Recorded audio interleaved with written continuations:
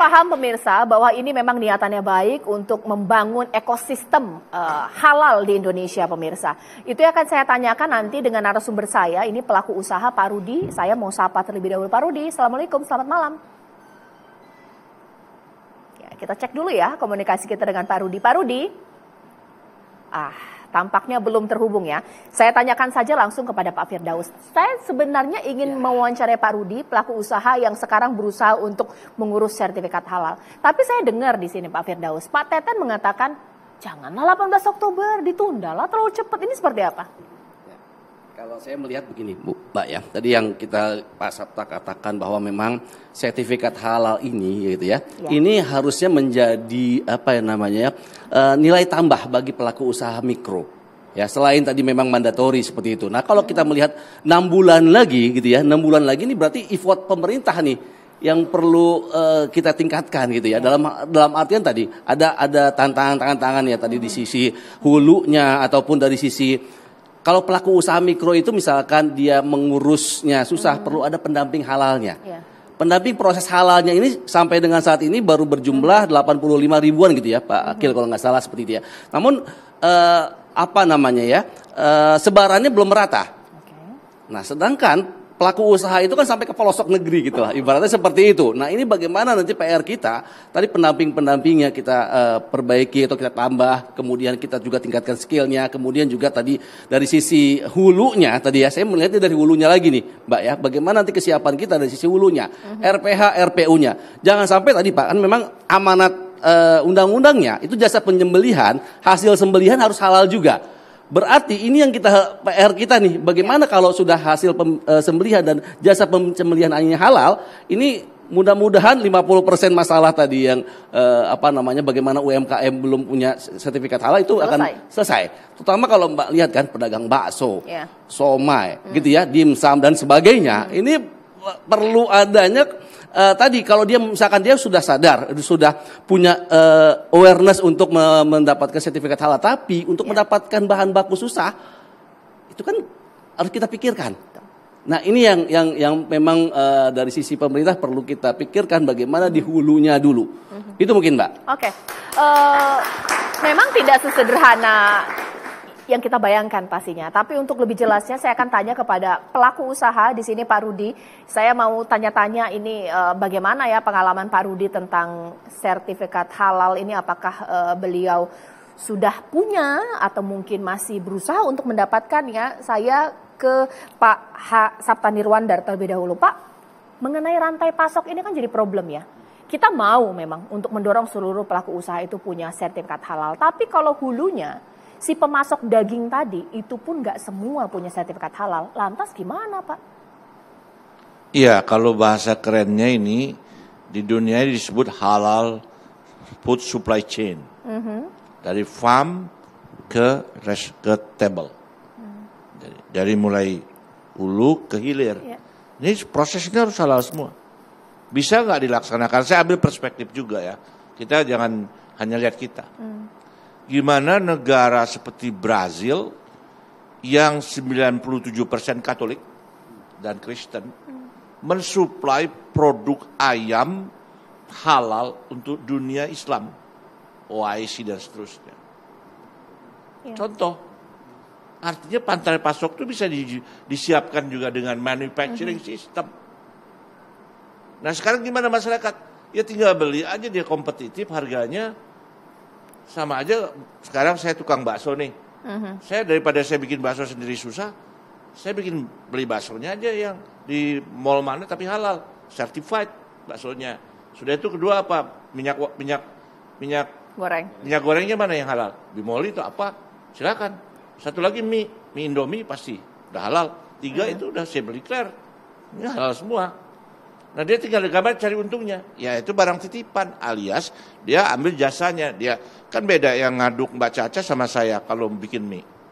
Nah itu di situ skillnya dia. Ditambah mungkin ada tambahan ingredient khususnya.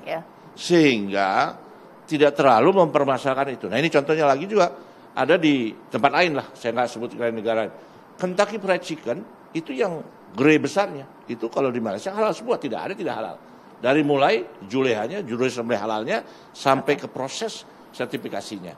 Tetapi bagian dari produk itu juga dijual mungkin dengan harga yang berbeda kepada UMKM yang ada di luar.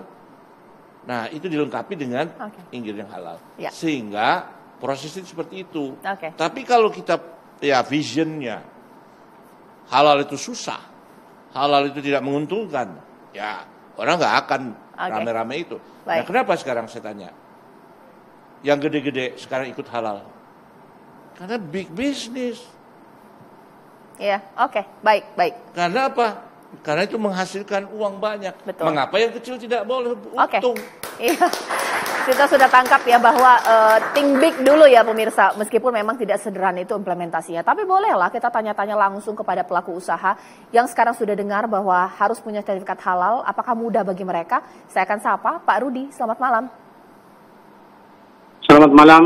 Ya, Pak Rudi, pertama saya mau tanya ini, apa pendapat Pak Rudi tentang sertifikat halal ini harus punya per tanggal 18 Oktober? Baik. Kalau menurut saya itu terlalu dekat ya, karena saya mengurus satu masih belum selesai juga, karena ada beberapa teman-teman juga ada yang masih belum. Saya pernah membuat sertifikasi halal itu sampai 2 bulan, hampir 2 bulan lebih ya.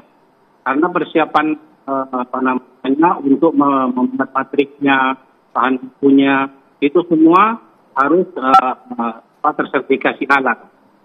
Pemerintah dalam hal ini seperti minyak yang dijual curah itu belum tersertifikasi halal gitu.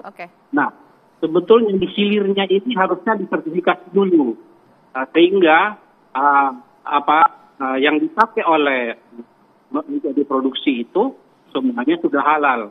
Nah, itu yang menjadi tugas pemerintah. Karena kalau hilirnya masih ada yang halal, ada yang tidak, nanti akan pengusaha itu pasti mencari yang murah. Kadang yang tidak tersertifikasi itu murah, kayak yang tersertifikasi malah mahal kayak gitu. Seperti daging, Pak Rudi? Nanti, Pak Rudi dagang apa, Pak? Berjualan apa? Saya jasa boga. Apa, Pak?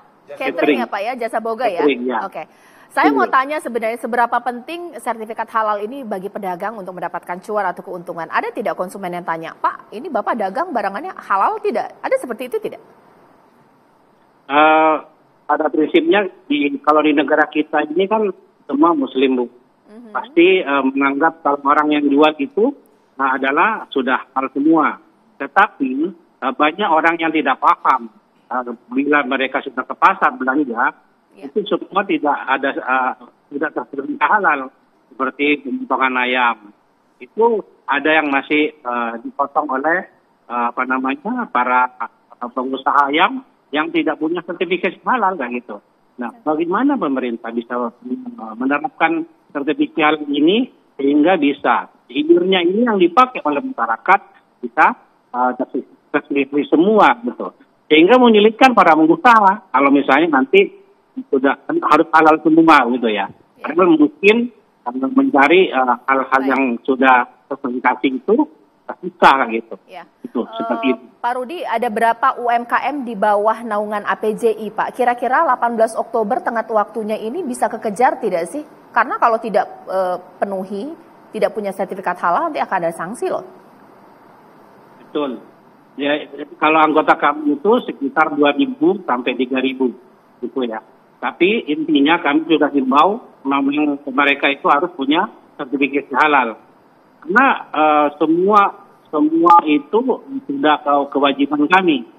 Tapi semampu kami untuk bisa melakukan. Sudah ada yang punya belum, Pak? Iya, kenapa? Sudah ada yang punya belum sertifikat halal? Sudah, saya sudah ada. Sudah ada ya? Ada beberapa yang besar-besar sih sudah punya.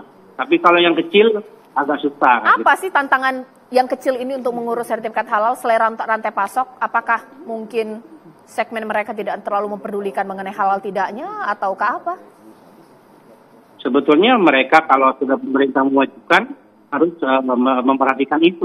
Ya. Akan tetapi memang pengurusannya ini yang memang banyak simpang siur ke bawah. Karena kalau sudah UMKM, kalau misalnya usaha kecil seperti yang hanya punya NIB, Ya. tidak punya legalitas usaha, mungkin itu akan gratis ya. Tapi kan ada yang bayar, sehingga bisa harganya ini kadang kalau seperti saya aja 25 juta gitu.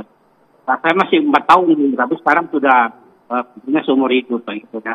Tetapi pada saat ini uang sebesar itu sangat sayang bagi kami untuk bisa dipakai ke lain. Oke, Gitu. ditahan dulu ya Pak Rudi ya, nanti kami konfirmasi. Baik. 25 juta loh Pak Akil. Katanya tadi 25 juta ngurusnya. Tadi saya punya data 12 juta ya Pak. Mbak Cece. Ngurus sertifikat Bentar, halal. sebelum Gimana ke Pak? beliau. Boleh singkat Pak? Tadi dari Pak Rudi kan, ada satu rantai pemasok minyak. Iya, itu di Nah, program. kalau itu minyaknya dari hulu, Iya. ya, dia sudah sertifikat halal, kan lebih mudah untuk yang hilir, alias yang pedagang iya. kecilnya. Nah itu. Baik. Iya, nanti saya akan mau tanya bahwa mungkin juga Pak Haryadi Sukamdhani boleh cerita ya, ini sulit juga ya, Pak ada pembengkakan biaya nanti Pak sesaat lagi, bahkan juga dikonfirmasi kepada Pak Akil. Wah, jangan sampai di atas kertas sekian, implementasinya berlipat ganda usai jeda berikut.